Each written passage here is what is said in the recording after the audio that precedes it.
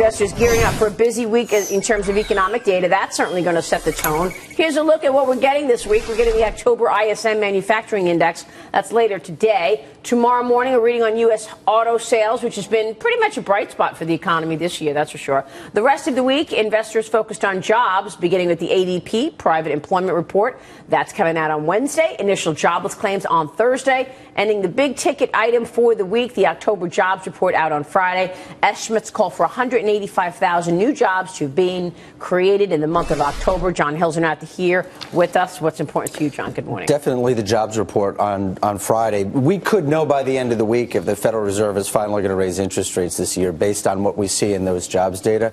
If we see the unemployment rate come down a little bit, if we see a decent jobs growth number, 150,000 plus, that also lends towards them raising rates. I think the consensus is 185. And that could get them closer to doing it. We don't, because there's not a lot of productivity growth in the economy right now. It doesn't need to create a lot of jobs to keep bringing the unemployment rate down, and that's really what Janet Yellen is watching. Keith McCullough, I'm also looking at factory orders. Factory orders, they're down 10 months straight. Yep. We get the October factory orders number, the September factory orders number this week. Yeah, if you're looking for jobs gains in any cyclical or industrial sector, Maria, I think you're looking for the wrong thing. These sectors are actually in recessions now, particularly the companies that are associated with more of a global landscape. And I think that's really the tilt this week. I get a lot of questions that are basically based on how good could the jobs report be, because the last one and all the revisions were so bad, of course. But again, I very rarely get questions that say how bad could the jobs market actually be. And if you look at layoffs, for example, as a headline indicator, they've been quite bad. ADP continues to decelerate in rate of change terms, and I wouldn't be surprised at all if it's just a very bad jobs report. Looking for something inside of 200,000 is bad to begin with. How bad is bad? We'll have to see. Well, Keith, I would take another side of that, which is, yes, the part of the industrial part of the economy, in particular the energy part of the economy, isn't doing well right now. But we're going to be getting auto sales data this week, and auto sales have been booming.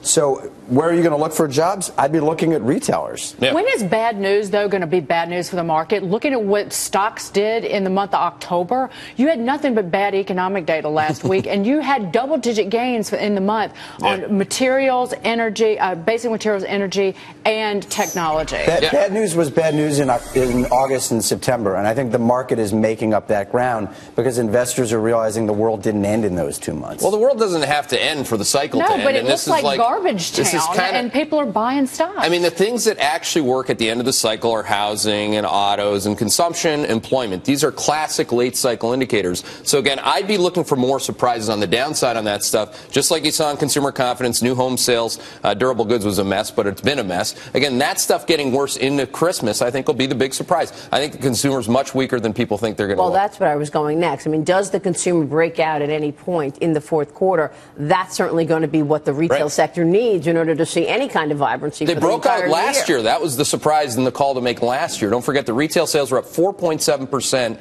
in November of last year. It was the best number in 5 years. Now we call that a very difficult comparison. So it's the toughest comp that we've seen in 5 years. And that's how my model works. When the comps are that tough, the probability is very high that you slow against that number. I'll just quickly point out a Wall Street Journal story that retailers are struggling to find employees for their over the holidays. Right, and and that's an important sign. That's an important sign in part that the job market is starting to get tight, and we're starting potentially to see some wage pressure building at the lower end of the cycle. Again, that leads us towards the Fed raising interest rates. But these are temps, right? Temp jobs. They're hiring lots of people just around the holidays. Right. I mean, it is temp jobs, but it's a sign of tightness. Yeah, those temp jobs were going pretty easily. They're paying more and ago. offering longer hours. Exactly. I still think if they raise rates into this is going to be a tsunami. But you're saying late cycle. Are you saying we're going to be back in a recession in the next year or two? 6 months. Wow.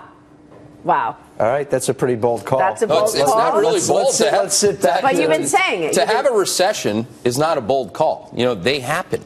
You know, again, we're 77 months into this U.S. economic expansion, John. The average expansion is 59 months. Again, to predict that we're not in one in 6 months is actually predicting the biggest U.S. economic expansion since World War II. You know why it's a bold call? Because I don't think it's priced into the market. Oh, it gets priced in pretty quick, though. I'll tell you why it might get priced in quickly, but it's a bold call because that's not what markets are expecting. Yeah, we've had a bold call for a year and a half. Expansions don't just end of exhaustion. There's usually something that causes them to end. What's causing this one to end? Breakdown in the industrial complex? Yeah, it is an industrial recession. That's not even a debatable call, but the call that we made a year ago that it would be an industrial, cyclical, and inflation expectations recession is very much intact. Deflation continues to be actually one of the biggest risks in the market. If you look at stocks last week, people are like, oh, look, the S&P 500 was up. Well, the Russell 2000 was down. The MSCI Emerging Market Index was down 2.5%. Europe was down. Everything that's linked to deflation as a risk continues to see. So I think you should be sitting in Shanghai and speaking in Chinese, because there is a recession going on there. I think you're calling the right recession in the wrong place.